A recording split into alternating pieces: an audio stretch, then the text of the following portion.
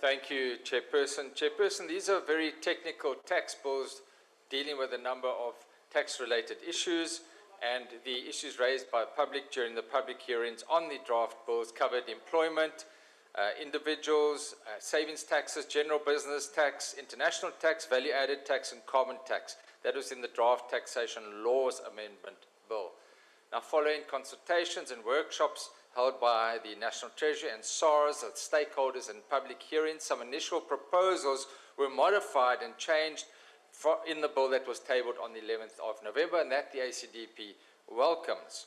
However, in my limited time, I would like to focus on one issue, and that is the Employment Tax Incentive Program, which was introduced way back in January 2014 to provide for employment of young workers and make provision for employers to reduce their pay-as-you-earn tax payment to SARS for the first 2 years in which they employ qualified employees with a monthly remuneration of less than 6,500, and that, of course, subject to certain limitations. Now, this the ACDP clearly supports, given the high levels of unemployment in the country.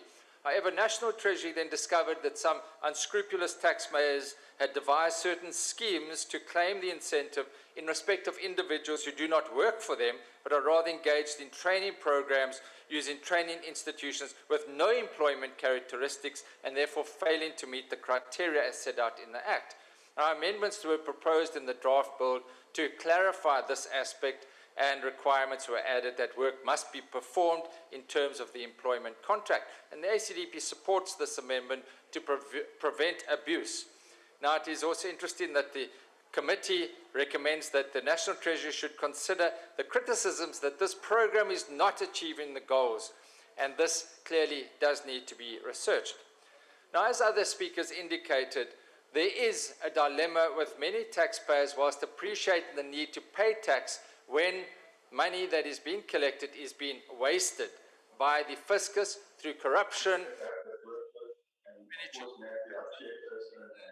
ACDP is also concerned about, and previous commissioners indicated that there is a slight immorality when it comes to paying tax, almost a reluctance given the wide state capture and corruption that was experienced.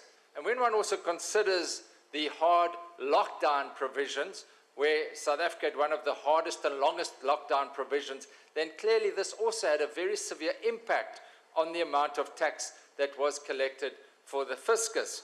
And that is something that the ACDP urges the Treasury to look into. We welcome the tax benefits that were granted, the relief schemes that were granted during this time, but we still remain concerned about a number of the aspects contained in these bills. I thank you.